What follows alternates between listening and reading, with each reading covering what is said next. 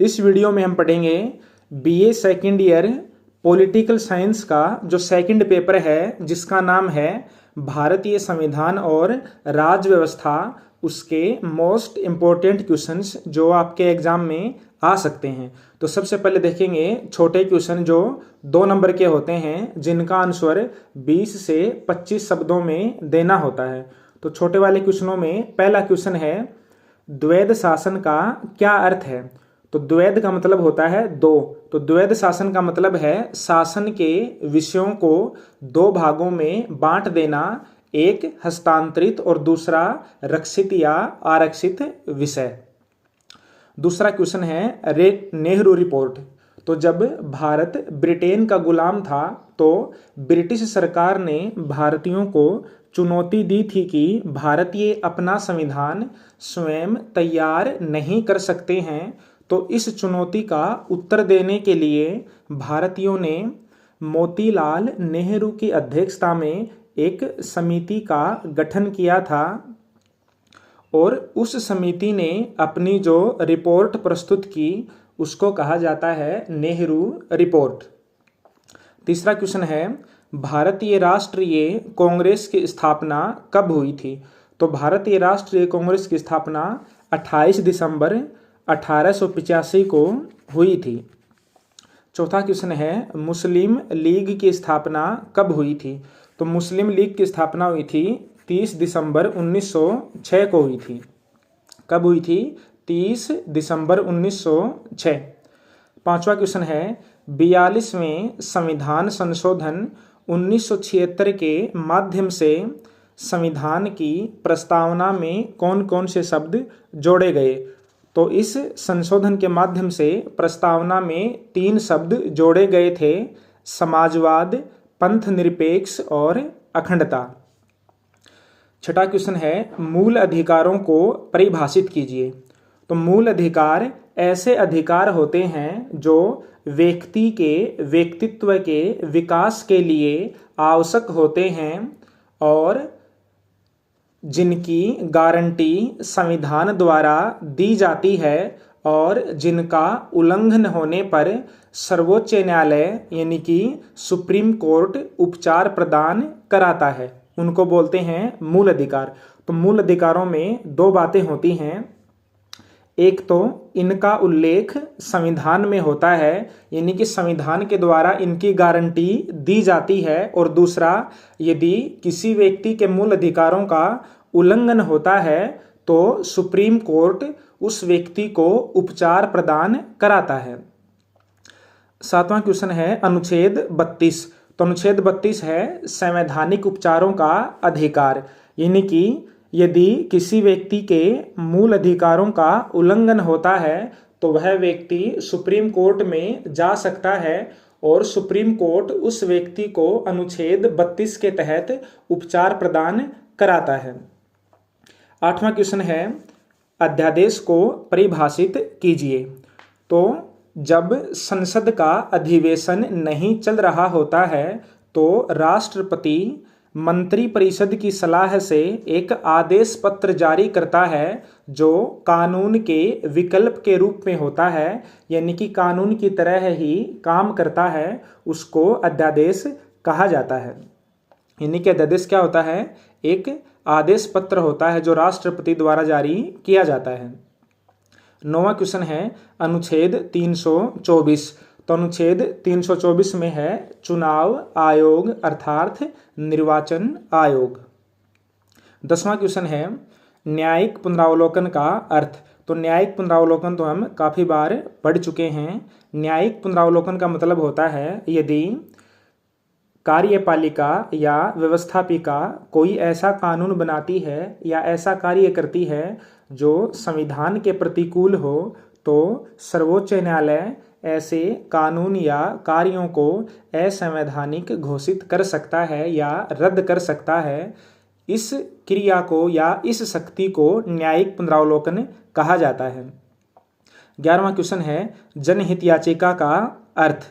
तो जनहित याचिका का मतलब होता है यदि किसी व्यक्ति के मूल अधिकारों का उल्लंघन होता है और वह व्यक्ति न्यायालय में जाने योग्य नहीं है तो उस व्यक्ति की ओर से कोई अन्य व्यक्ति या अन्य संस्था न्यायालय में वाद दायर कर सकती है। इसको बोला जाता है जनहित याचिका।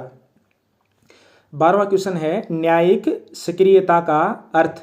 तो न्यायिक सक्रियता का मतलब होता है कि जब सरकार अपना कार्य अच्छी प्रकार से नहीं करती है तो न्यायालय यानी कि सर्वोच्च न्यायालय सामाजिक आर्थिक न्याय के नाम पर अर्थात लोगों को सामाजिक आर्थिक न्याय दिलाने के लिए जो सरकार है उसके कार्यों में हस्तक्षेप करने लग जाता है, उसको न्यायिक सक्रियता कहा जाता है।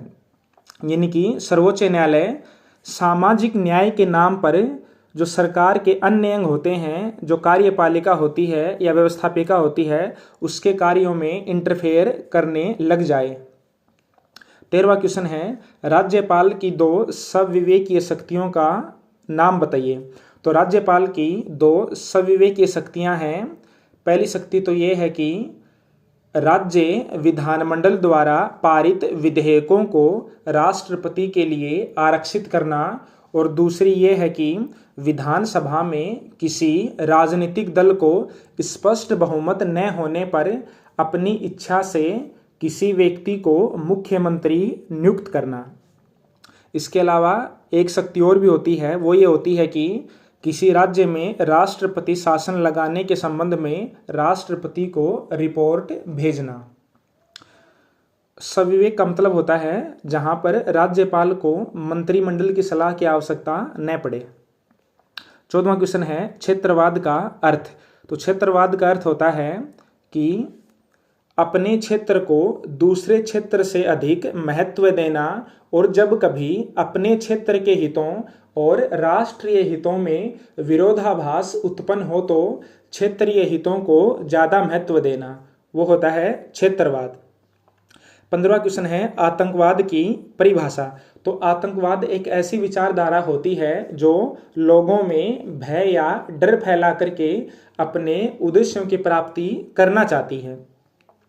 16वां है नक्सलवाद की परिभाषा। तो नक्सलवाद भी एक तरीके का आतंकवाद ही होता है।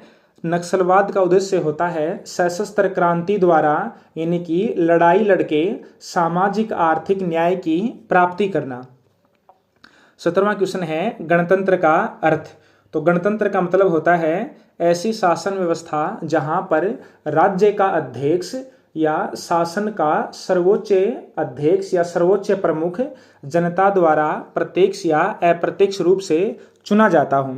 जैसे भारत का राष्ट्रपति का निर्वाचन होता है, तो इसलिए भारत क्या है, एक गणतंत्र है। लेकिन ब्रिटेन एक राजतंत्र है, वहाँ के राजा का चुनाव नहीं होता है, बल्कि वहाँ का राजा वंश परंपरा पर आधारित होता है। ये हो गए छोटे वाले क्वेश्चन। अब देखते हैं 5 नंबर वाले क्वेश्चन। पहला क्वेश्चन है मूल अधिकार तथा राज्य के नीति निर्देशक तत्वों में अंतर स्पष्ट कीजिए। दूसरा क्वेश्चन है चुनाव आयोग के कार्य बताइए। तीसरा क्वेश्चन है भारतीय संविधान का ढांचा संघीय लेकिन उसकी आत्मा एकात्मक है। तो इस क्वेश्चन में आपको पहले तो लिखने हैं भारतीय संविधान में कौन कौन से संघीय तत्व पाए जाते हैं, और उसके बाद में लिखने हैं कि कौन कौन से एकात्मक तत्व पाए जाते हैं। चौथा क्वेश्चन है भारत में सांप्रदायिकता के कोई 5 कारण बताइए। 5वां क्वेश्चन है राज्यसभा के विशेषाधिकार। तो राज्यसभा के 3 विशेषाधिकार होते हैं। विशेषाधिकार का मतलब है कि ऐसे अधिकार जो केवल राज्यसभा के पास हैं, लोकसभा के पास नहीं हैं। तो राज्यसभा के 3 विशेषाधिकार होते हैं। एक है अनुच्छेद 312, दूसरा है अनुच्छेद 249 और तीसरा है उपराष्ट्रपति को हटाना। ये हो गए 5 नंबर वाले क्वेश्चन। अब देखते हैं बड़े क्वेश्चन जो 20 नंबर के आते हैं, जिनका आंसर हमें कम से कम 500 शब्दों में देना होता है। तो इनमें पहला क्वेश्चन है भारतीय राष्ट्रीय आंदोलन के उदय के कारणों को स्पष्ट कीजिए। दूसरा क्वेश्चन है 1935 के अधिनियम की विशेषताओं का वर्णन कीजिए। तीसरा क्वेश्चन है राष्ट्रपति के निर्वाचन की प्रक्रिया तथा कार्य एवं शक्तियों का वर्णन कीजिए। चौथा क्वेश्चन है सर्वोच्च न्यायालय का संगठन तथा क्षेत्राधिकार का वर्णन। पांचवा क्वेश्चन है राज्यपाल की भूमिका तथा कार्य एवं शक्तियाँ। छठा क्वेश्चन है मुख्यमंत्री के कार्य एवं शक्तियाँ। सातवां क्वेश्चन है निम्नलिखित पर टिप्पणी कीजिए। पहला है क्षेत्रवाद और दूसरा है पंथ निरपेक्षता।